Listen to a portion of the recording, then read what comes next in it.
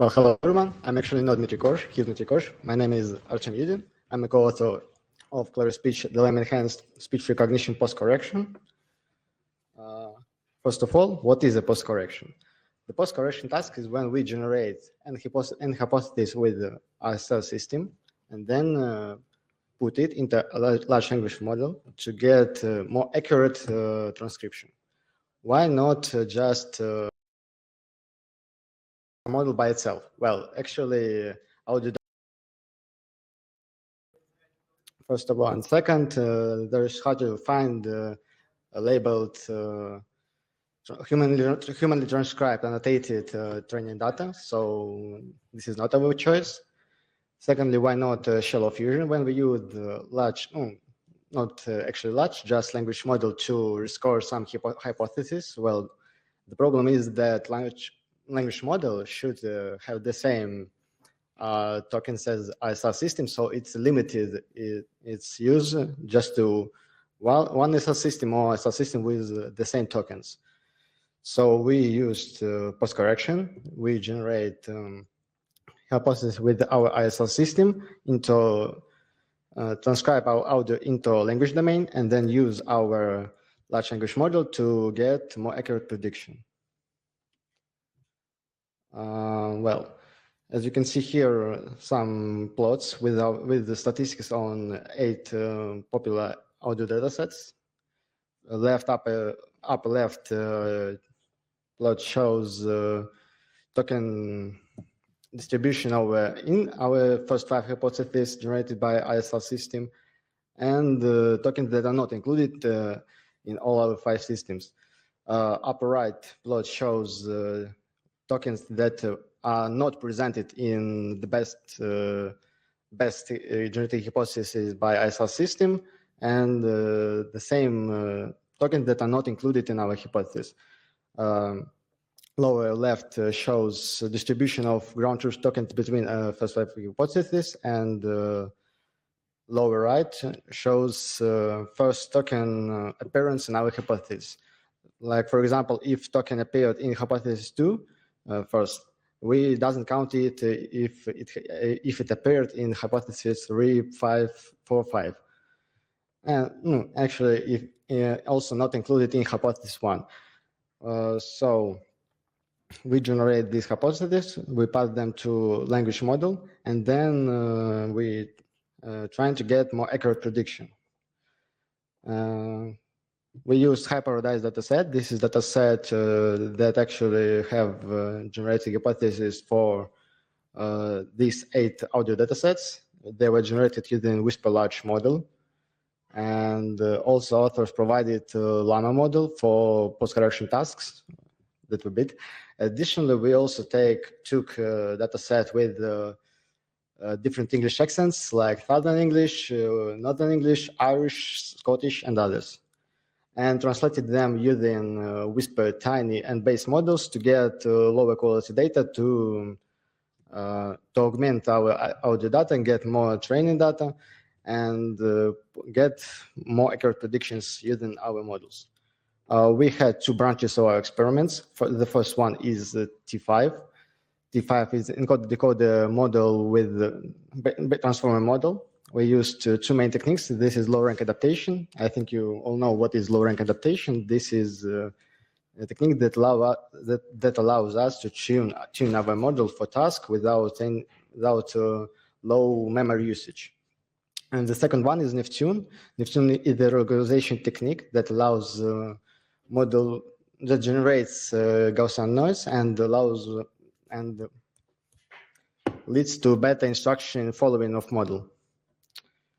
Also, we tested robustness of our algorithm with the PGD attack.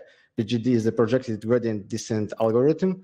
This is white box attack that where we try to fool our Whisper model with wrong transcription. For 20 iterations, we attacked it with a small step size alpha and get noisy audio. Second branch of our experiments is Qwen model.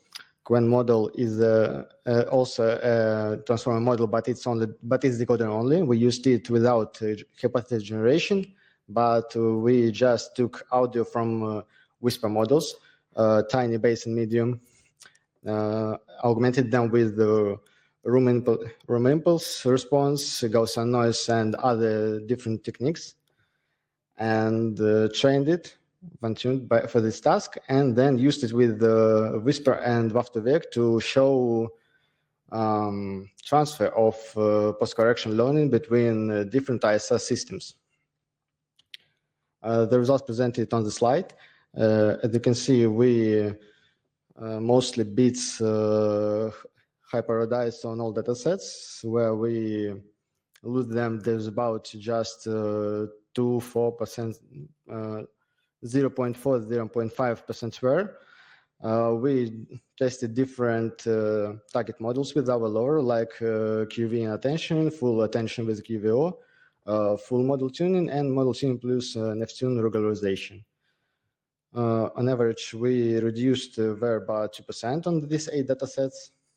And also we have results for our QAN model, where we also improved quality on all 3 models, even on WAF2VEC, which was not included in our ASR system for QAN fine-tuning.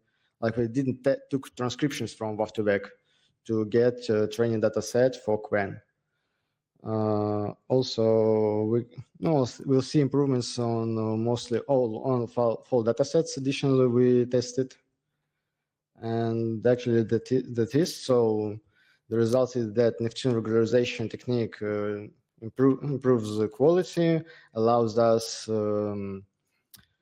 LoRa also allows us to tune large language model for this task, and these tuned models can perform post-correction of generated transcriptions with BEM search for different ASR systems independently, even if we don't tune it for this model. That's also, there are also examples of how post-correction performs on different ASR systems with QAN. Like we can see that WAF2VEC produced M shorted off it, and we get IM of use of it, and also other examples. Additionally, I want to admit that we used mostly unique hypotheses. Then we generated more than 5. We generated about 50 hypotheses, and that took first 5 unique. If we didn't get enough, we just randomly sampled some of them. That's all I wanted to say. Thank you for your attention.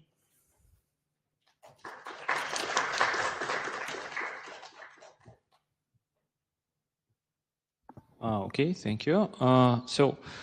Do we have any questions from the audience? Yes, please.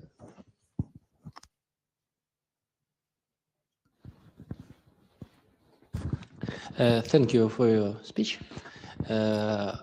I have 2 questions. First question, what about chunk size for large language model? As we know, larger chunk provides more rich context for LLM. So if you use sentence level chunk from ASR to LLM, then you can not account some long context, some pragmatical knowledge. And if you use long context, for example, transcription of 1 hour speech, then large language model can be more useful for this. This is my first question. And second question, which is related with first. What about multi-modal large language models? For example, QAN audio. This approach, in my opinion, this approach can help us to correct preliminary output by ASR with accounting of acoustic data, not only text. Okay, thank you for your questions. First question, we didn't explore chunks because mostly all our audios were about at most 30 seconds. So maybe future work.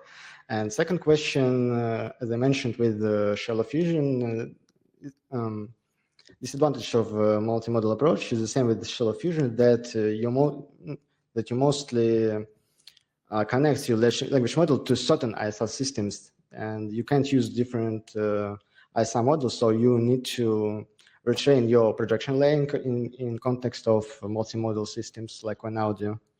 And secondly, as far as I know, QuenAudio's implementation was not available when we tested it, so we couldn't take it.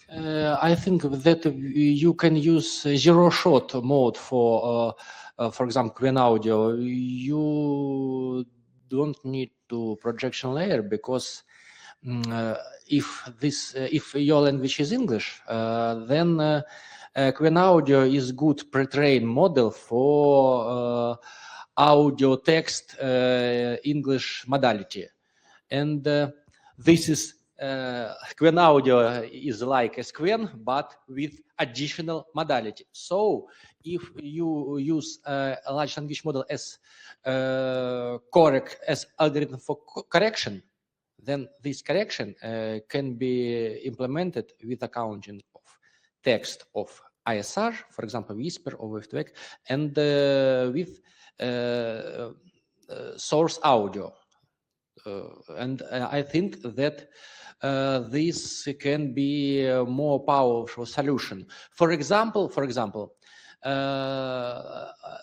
punctuation restoring is well-known task for ISR post-processing, and there are several solutions for punctuation restoring. For example, Rupunkt for Russian, for example, MyTom solution from Friend25. But the better solution is based on Whisper. Whisper as sequence-to-sequence model can account source audio and text from preliminary ISR. And I think that you can use similar approach, but based on more powerful QuenAudio, for example. Thank you for your suggestion. Yeah, we think it's a good idea to apply it. Actually, we tested Salmon. It performs better than just post correction, but it has larger model size, significantly larger.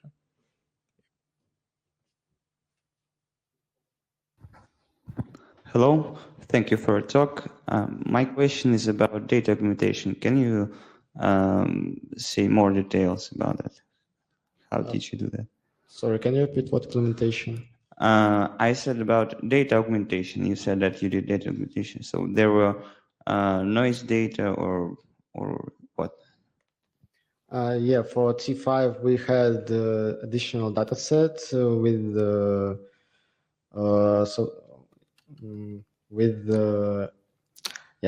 last paragraph with different English accents like Scottish, Irish, and etc.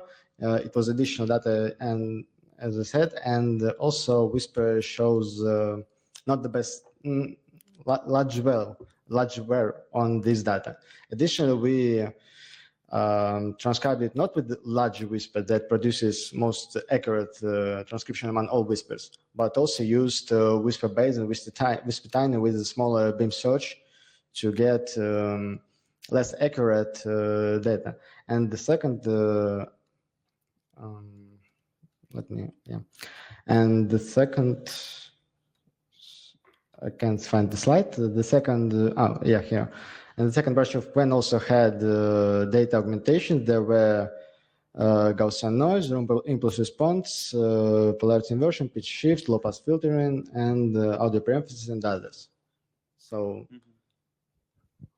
Okay, so you said that Whisper model had better performance than Wave2Vec 2. So did you check, were there any hallucinations after that data augmentation on the inference, on the Whisper inference? Yeah, here in the examples we used common voice 18 data set that was augmented.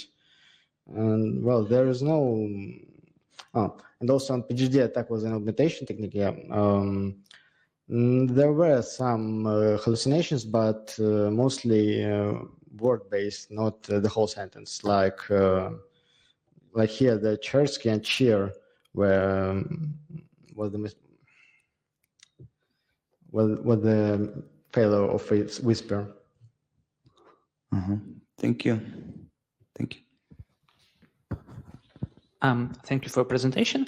As you said in the beginning, you have a problem that audio to text models don't recognize the text audio correctly. Is that right? Not audio detect, audio transcription models, speech to text models, so automatic speech recognition systems. So why you decide, well, first of all, why this problem even exists? Why don't we just train better models? Why do we need to enhance its output with LLM? Well, as I said, the problem is that we need more audio annotated by humans with high accuracy on text. So it's quite expensive to find a human and annotate a lot of audio. Thank you.